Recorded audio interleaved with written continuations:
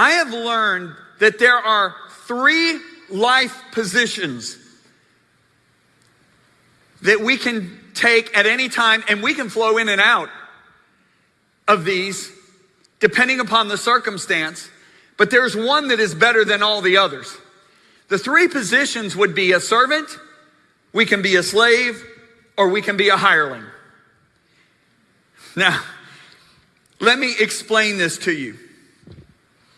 Let's talk about, first of all, the difference between a servant and a slave. A servant gets to. A slave has to.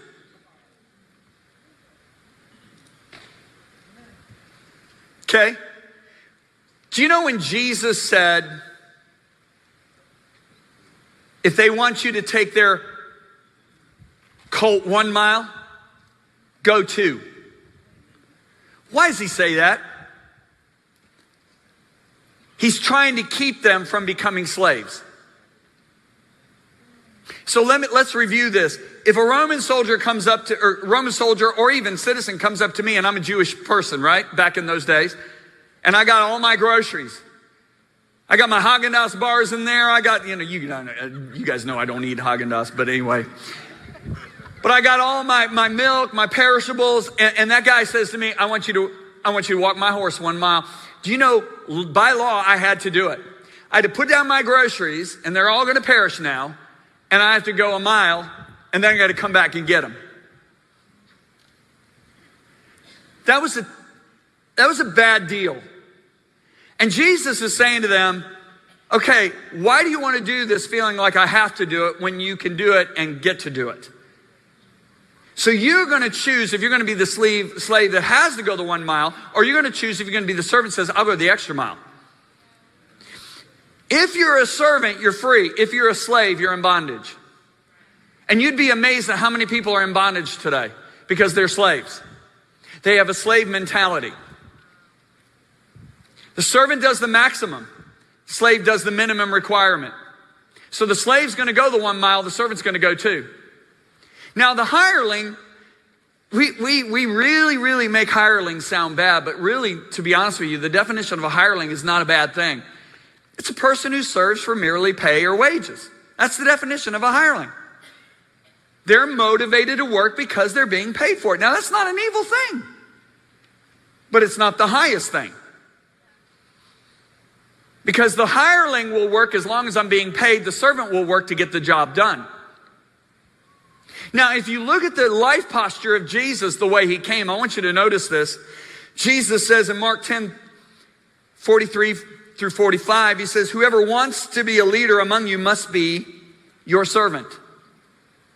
And whoever wants to be first among you must be the slave of everyone else. For even the Son of Man came not to serve, but to serve others and give his life. So Jesus made it clear, I didn't come to be served, I came to serve. Now I find it quite interesting that the last illustrated sermon that Jesus left these guys on the earth in the upper room was washing their feet. Now how many of you have ever been to a place in Christianity where you were in a small group and somebody pulled out the basin and the pitcher and they had everybody take their shoes and socks off? Come on, let's be honest. Have you ever had that happen? Did you hate it? Yes, I did. And unfortunately, back in college, it was really big. So I got saved in college, right? In my fraternity.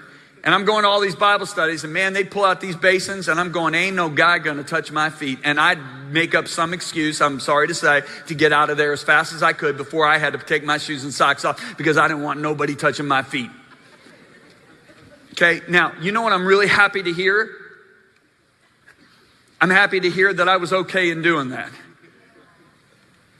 Because do you remember Moses put the brazen serpent on the pole and everybody looked at it, got healed? Do you know that later on they made an idol out of that brazen serpent? If you just read your Bible, you'll find out they made an idol out of it. What Jesus was doing had a significant meaning and we made an idol out of it. So I'm so glad, because it has no meaning today. Let me explain it. Back in those days, a very wealthy man or a very wealthy couple would have a household full of servants. They'd have servants that take care of the animals. They had servants that took care of the kitchen. They had servants that took care of the children. They had servants that took care of other aspects of the home. And you know what? The lowest servant, the bottom servant. So if there's 20 household servants, number 20, and it usually was a female, she had a job. You know what her job was? To wash the family's feet and guests' feet when they came into a house. Because we got to think about it. Back in those days, roads weren't concrete. They weren't asphalt. They were dirt. Transportation wasn't cars, okay? It was horses, donkeys, and camels. And horses, donkeys, and camels don't go to rest stops to go to the bathroom. They do it right on the road. And a lot of people had sandals, and some people even had bare feet, so they're walking on pathways that have animal waste on it. So when they walk into the house, they got to have their feet clean. Now these guys are in an upper room, and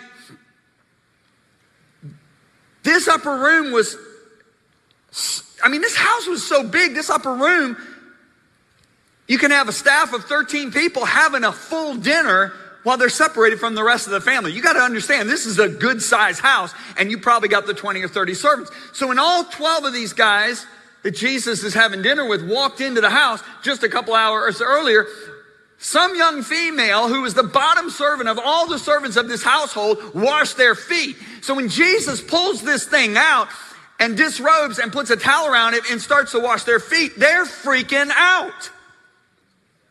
And that's why Peter's going, you are not doing this. But I love what Jesus says after he does it. He says, you call me teacher and Lord, and you are right, because that's what I am. I am your Lord, and I am your teacher. And he said, and since I, your Lord and teacher, have washed your feet, you ought to wash each other's feet. I have given you an example to follow. Do as I have done to you.